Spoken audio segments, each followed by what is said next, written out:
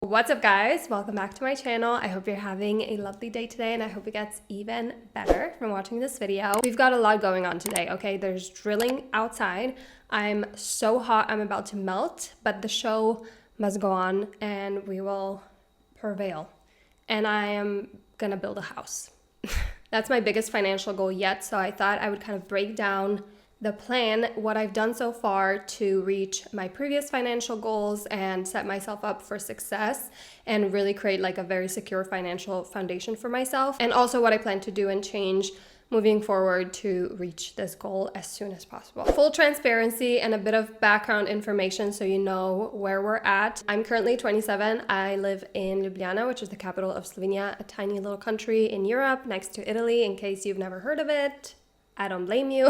And I've been renting this one-bedroom apartment for, I think, the past 5 years. It's in a pretty good location. It served me pretty well, and I've always planned to kind of stay here until I have a more secure situation, until I have a partner that I see a future and a family with, and then we can kind of plan to create a home together. So I didn't want to buy until that point, just because it felt kind of pointless to me. I never really wanted to invest in real estate unless it was for me and my future and my family. So that's kind of where we're at. So here's the goal and the dream. So obviously I want to build a house that would be like a family home. I want to do that by the time I'm 35. And as a lot of you guys know, I used to live in Denmark. And I definitely want to stay in Slovenia. I do not want to live abroad at all. I want to be close to my family and my friends, and I really love it here. But the goal is to move out of Ljubljana. I don't really want to live here long term. I don't want to raise my kids here. The preferred area is north of Ljubljana. That's still pretty central and like close to everything, but you're surrounded by beautiful mountains, the Slovenian Alps. A little geography lesson. Okay, let's get into the tips and tricks that have helped me to get to where I am now, which is a very like secure financial situation where I have a lot of wiggle room to play and invest and, you know, save for this big goal. I definitely wasn't able to do that even like 3 years ago. So the first thing that I did is I increased my income and, more importantly, diversified my income. So I'm pretty sure I have around 5 income streams now. And that was done very intentionally because my main goal up until now was to reach financial security. So if you have more than one income stream, if one fails, you've got the other 2 or 3 or however many. And a lot of us need to get very creative when it comes to creating income streams and creating more income. So obviously I'm not saying it's easy, but for a lot of people, and for me in particular, it was very crucial to get me to where I am now and to continue to build my income. The truth is that you can only save as much as you earn. So if you want to save, let's say $5,000 more in a year, it's going to be way easier if your income grows by that much than to cut down additional $5,000 in your budget. So there's a few very obvious ways to increase your income. One would be to ask for a raise. The other one is to change your job or career, and then side hustles. There's obviously so many side hustles available to you. There's so much content about this on YouTube. So I definitely watch a few videos to just kind of see what I could potentially do. But if I was in a situation where I was looking for a side hustle, I would definitely start by seeing which kind of talents I have that I could monetize, like services I could offer to make some additional money. If you're serious about increasing your income, especially through side hustles, and you want to either like sell a product, a service, whatever it is, having the right systems and tools in place really is non-negotiable, and it's going to make your life so much easier. That's where Hosting Your Horizons comes in. That's honestly a game changer, and they're actually sponsoring this video, which is pretty cool. So if you don't know what it is, it's basically an AI-powered website and web app builder that basically helps you to launch projects fast without needing to know anything about coding. So let's say you're ready to start this side hustle. Maybe you want to finally launch that freelance service you've been putting off. You want to start a digital planner business, or let's say you want to create a gratitude journal app. With Hosting Your Horizons, you can literally describe what you want and it builds the foundation for you. Then you just refine it with AI and make those edits and click go live, and that's literally it. There's no stress, no third-party tech, just clean, easy creation. Okay, let me show you how this actually works in real time. So I used the AI chat box to submit my idea for a budget web app, and then it created the first prompt, which I already loved, but I wanted to refine a few things with AI. So I wrote that I wanted to change the icon and the text, which was really easy. And then I also wanted to add a section where you can very easily track your investments. Then you just publish it with one click. So this is the final budget web app that I'm really, really happy with. So you can see how easy and simple it is to create the first prompt and then make those edits to get exactly what you want. And my favorite part is that it's all in one. So there's hosting, custom email address, domain, and 24/7 expert support. Plus there's a 30-day money-back guarantee, so it's completely risk-free. So if you're interested in finally starting that side hustle and increasing your income, this is the kind of tool that gets you out of your own way and into action. So you can get a free trial today with Hosting Your Horizons and use my code NIKA to get 10% off your first month. I'll have all the links and all the info down below, and thank you so much to Hosting Your Horizons for sponsoring. The second tip that I followed was to get into the habit of saving as soon as possible. So as I said, I had a very average income. There wasn't a lot of wiggle room for me to save, but it was very important for me to get into the habit of doing so. So even if I only saved 10 euros 1 month, that was good enough for me. I just wanted to get into the habit of it. So open a savings account straight away and start putting as much money aside as you possibly can. And a very important little nugget here that has really, really helped me is to have a very clear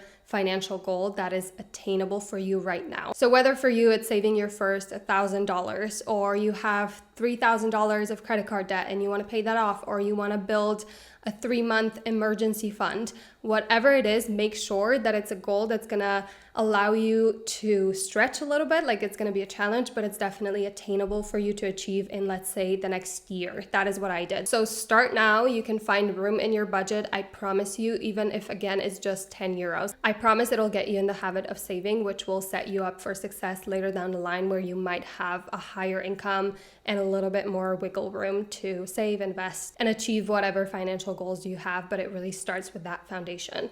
It's like a house. If it doesn't have a good foundation, it's all gonna crumble. My number one tip that really helped me to achieve my first financial goal, which was to save 15,000 euros in 1 year, was to start budgeting. And a budget really doesn't have to be this scary, super restrictive thing. It's basically your personal plan for where your hard-earned money goes. So here is a very simple way of how you can get into budgeting. So you're gonna look at the last 3 months and you're gonna calculate your spending for different categories. So categories would be things like rent, groceries, personal spending, travel, car, etc. And then you're gonna see you have fixed expenses. So these are going to be bills that are the same every single month. You can try to get some of these down. So you can, let's say, call your phone provider, ask for a better plan that's cheaper, but there's not really going to be much wiggle room here. The categories that you're going to spend most of your time dissecting and reviewing are going to be those flexible expenses. So things like your groceries, your beauty treatments, travel, transportation, takeout, dining out, etc. Like those you can actually work with and create more wiggle room and more money you can then set aside to save and obviously put towards whatever goal you're currently working towards. If you want more info, I have a whole video about how to get into budgeting, saving, building that emergency fund. So I will link that down below if you want to go more into detail and really create a budget that works for you and that you can stay consistent with. That's even more important. I couldn't make this video without showing you my budget, just because I feel like using a good budget has really, really helped me to stay consistent. And this one is like so easy to use. It's really inexpensive and it's also aesthetically pleasing. And I'm really annoyed that I didn't come up with it on my own. I bought it on my own and showed it in a video and they somehow saw it and reached out to me. So I do have a 10% off discount code. It's just NIKA10. And a lot of the time the budgets are already on sale. So you can just get additional 10% off, which is really cool. There's obviously a lot of budgets out there, but this is the one that I've been using for 2 years that I'm really, really happy with. So I just wanted to share that with you in case you've been searching for one. And again, you can use the code NIKA10 if you want to get additional 10% off. Another thing I definitely did not follow when I started, and I really, really wish I did, and that is to find the best possible savings account. So if you watch financial content, you've definitely heard of a high yield savings account. That's basically a savings account with a pretty high interest rate. Usually it's around 4 or 5%, sometimes even 6%. It depends. Your basic run-of-the-mill savings account is usually very, very low. It's usually not even 1%. So obviously you want to put your money somewhere where it's going to grow the most. Your options when it comes to this are really going to depend on where you live. So for example, I'm based in Slovenia. We have terrible, terrible options when it comes to high yield savings account. So a lot of people here rely on other platforms and online banks like Trade Republic, N26, Revolut, That's how we say it. I don't know how you say it in English. Trading 212. So those all offer a savings account that's a bit higher in interest rate. It's still pretty low. It's like usually around 2%. But the gist is to open a savings account that's going to have the best return for your money. So obviously your money is just sitting in your savings account. It's going to be so much better if you get a 2% return than like 0.5% or even less. Another thing that I learned through trial and error is to be very, very cautious when it comes to lifestyle inflation. So that basically means that as you start to earn more, your spending increases kind of simultaneously. So there's really not more wiggle room for you to save. There's not more money left, even though you're making more. And I definitely fell into the trap of that, especially whenever I don't have a strong financial goal. So I'm very goal oriented. Whenever I have a very strong goal, I work really hard towards it. And when I don't, I'm just kind of like, la la la, whatever I can spend, it doesn't matter. So that is definitely a tip that has worked really well for me, to always have a very strong goal that's, again, attainable, but a challenge. And then to consistently review my budget. So at the end of every single month, I check all my categories, see where I was maybe overspending, and adjust it for the next month. I have a whole video about how to fix your spending habits, so I'm gonna link that video down below if you wanna check it out and start to manage your spending more so you can save more. A few more tips that have really helped me to stay consistent no matter what my financial situation was at the time was to first of all save first. So that means that whenever money hits my account, I put a portion of it towards my savings first, and then whatever is left, I can spend. So saving first, and you can also automate it. So whenever money hits your account, it instantly gets transferred to a savings account. The next one is to consume financial content. So I personally love watching financial content. It's probably like my favorite genre on YouTube. And just watching even like monthly budgets where other people are putting their money is so interesting to me, and it really keeps me inspired and motivated. There's also very informative podcasts, their Instagram content, you can really surround yourself with it, and it just makes it more exciting and fun also. Speaking of that, gamify it as much as possible. So creating like kind of like a challenge in your mind. For me, it's even just like reviewing my budget and seeing like how I could like save more next month. It's like a game that I play with myself. You could do fun tracking systems like flowcharts on Notion, whatever you're using, having even like a reward system, having an accountability partner. So I have a friend that I always tell him whenever I save a certain amount or reach a certain goal, it just makes it more fun, especially if that other person is also into it. And it's just a fun way to make it more interesting and fun and exciting.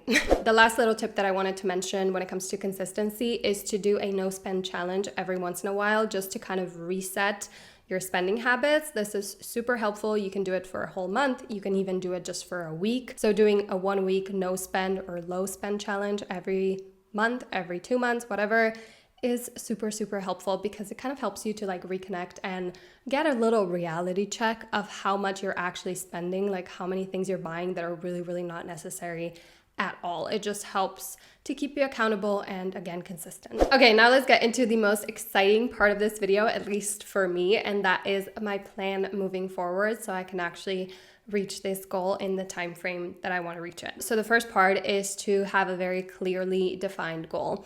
So obviously, build a house by the time I'm 35. I want to get even more specific and figure out how much that would actually cost in the area that I want to buy or build so that I can like further define this goal and have like an actual number that I'm trying to reach. The second part is to cut down my expenses as much as possible. I've definitely been overspending quite a bit recently. I think the reason for that has been the lack of like a clear goal. I obviously set financial goals for 2025 as I always do, but because of my income at the moment, I'm on track with all of them. So that's like my net worth goal, my income goal, and then my savings percentage goal. So because I've kind of been tracking with all of that without having to kind of limit myself when it comes to spending, I have been overspending heavily to the point where like when I look at my budget for the last 6 months, I am ashamed. So now that I have this clear goal, we're going to cut down as much as humanly possible. I want to get back to the point where I was when I was working really hard to save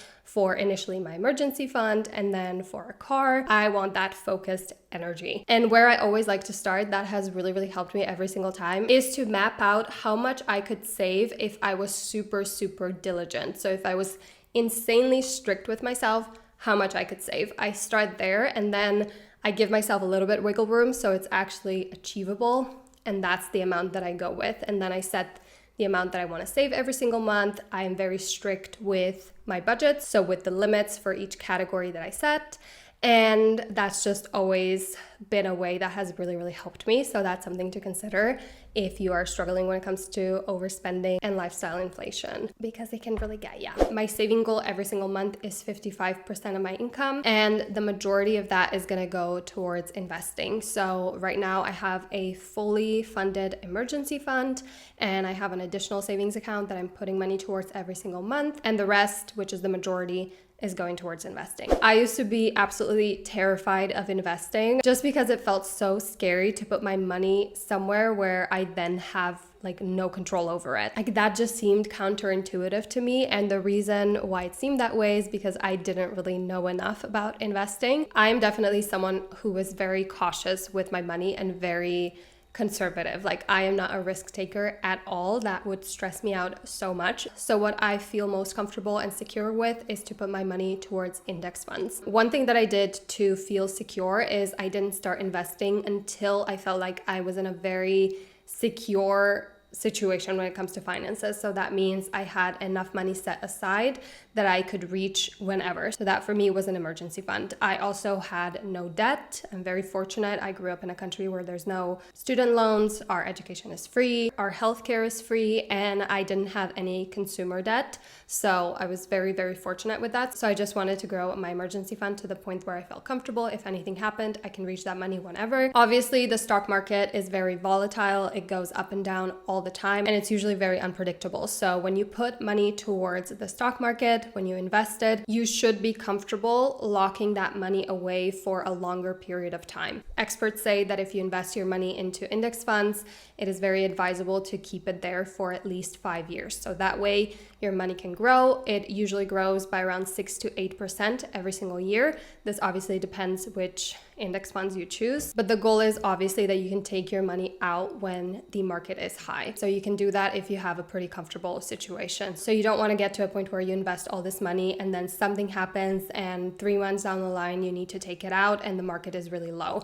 because that way you could obviously lose money. Another nugget of advice that I've been following when it comes to investing is that time in the market beats timing the market. Even experts get timing the market wrong. So if you're an average Joe, someone like me who has some basic financial knowledge, but I'm in no way an investing expert, and I probably never will be. So investing consistently for a long period of time is my goal. And that is a more sure and also secure way to get the most out of your money that you invest. So that means I invest and I plan to invest consistently every single month. And I also like to automate my investments. So that means I have a set amount that gets taken out of my account every single month and gets automatically invested. And that way I can completely forget about it, not worry about it, and just keep that going for as long as possible. If all of this is like a jumbled mess and you're like, I don't know what you're talking about at all, I made a video titled 8 Smart Girl Habits You Need to Fix Your Finances. And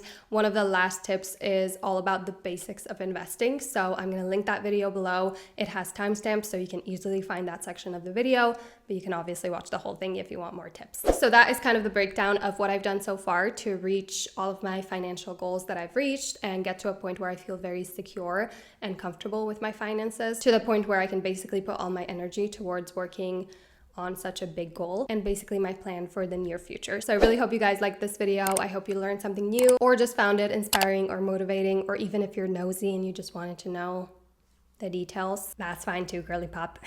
I would love to hear any like financial tips and advice that you follow that you've really noticed a difference with. Any kind of trick, hack, whatever, leave it in the comments so we can help each other. And you could also let me know what other financial videos you want to see from me. But thank you guys so much for watching, and I'm gonna see you really, really soon.